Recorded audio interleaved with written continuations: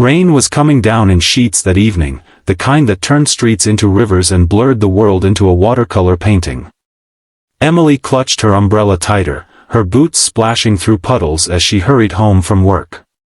She hated nights like this, cold, wet, and lonely.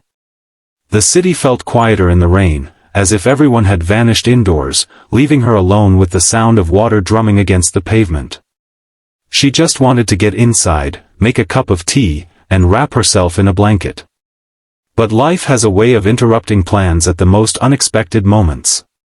She saw him standing at the bus stop, drenched to the bone. His clothes clung to him, his hair was plastered to his forehead, and he had no umbrella, just a small, battered backpack hanging from one shoulder. He looked around nervously, as if unsure where to go. Something in his posture caught her attention, shoulders hunched, head bowed, not just from the rain, but from a weight heavier than water. Emily slowed her pace, torn between the warmth of home and the quiet tug of her conscience. She didn't know why she stopped. Maybe it was the way his hands trembled slightly, or how he tried to shake the water from his sleeves like it would make a difference. "Are you okay?" she asked, raising her voice over the roar of the rain. He hesitated before nodding, but the smile he tried to give didn't reach his eyes. "I'm fine. Just waiting for a bus." His voice was soft, almost swallowed by the downpour. "The buses aren't running tonight," Emily said, remembering the service alerts she'd seen earlier. "Flooding on the main roads." He blinked, as if processing the information slowly, and then looked down at the puddles around his feet. "Oh," he murmured, almost to himself. Emily studied him for a moment.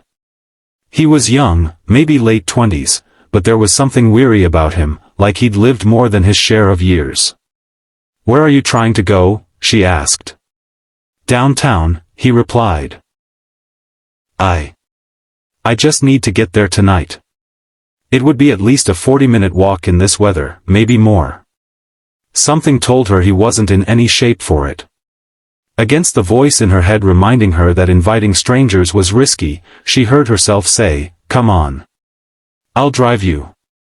His eyes widened, suspicion flickering across his face, but it was quickly replaced by gratitude. "Are you sure?" "Yeah," she said, smiling. "I can't just leave you here." They ran to her car, sliding in with the sound of rain pounding on the roof. He muttered a quiet thanks as he buckled his seatbelt, and for a while, they drove in silence. The city streets glistened under the streetlights, reflections rippling in the puddles. Emily tried to make small talk, asking where he was from, but his answers were brief. Still, she learned that his name was Daniel, and he'd been away for a long time. "Away" was all he said, and she didn't press. Halfway downtown, they passed a small diner, its neon sign flickering in the rain. Emily's stomach growled, and she noticed the way Daniel's eyes lingered on the warm glow through the window. "Hungry?" she asked. He hesitated, then nodded. Inside, the diner smelled of coffee and grilled bread, a welcome escape from the cold. They slid into a booth, steam rising from their clothes as they ordered soup and sandwiches. When the food came, Daniel ate slowly at first, then with quiet urgency, as if he hadn't had a hot meal in days.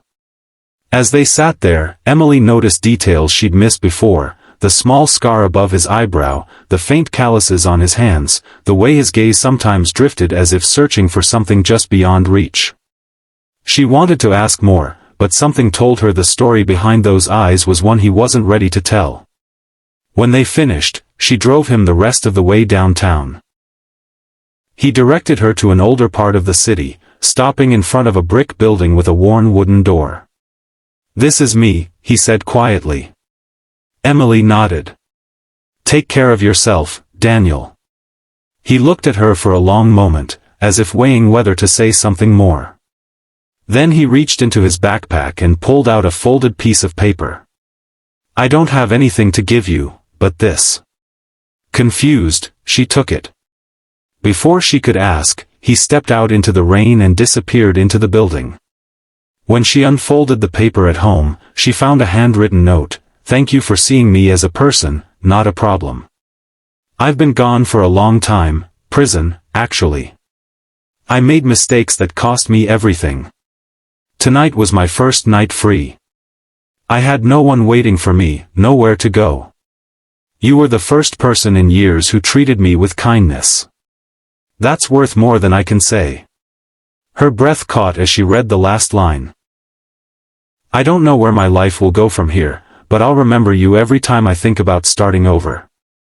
Months passed. Emily often wondered about Daniel, hoping he'd found his way. Then one evening, she was watching the local news when the anchor announced a segment about a community program helping former inmates rebuild their lives. The camera panned to the man leading the program, taller now, healthier, standing with a confidence she hadn't seen before. It was Daniel. The reporter explained how he'd started an outreach center, offering job training, housing assistance, and support to those re-entering society. Everyone deserves a second chance, he said into the camera. I got mine on a rainy night when a stranger stopped to help me. I'll never forget her. Emily felt tears prick her eyes. She didn't need the world to know it was her. It was enough to see what kindness had sparked. In a world where people often looked away, she had chosen to stop. And in doing so, she had unknowingly set a life back in motion. And maybe, she thought, that was the real magic of kindness. You never knew when a small act might change everything.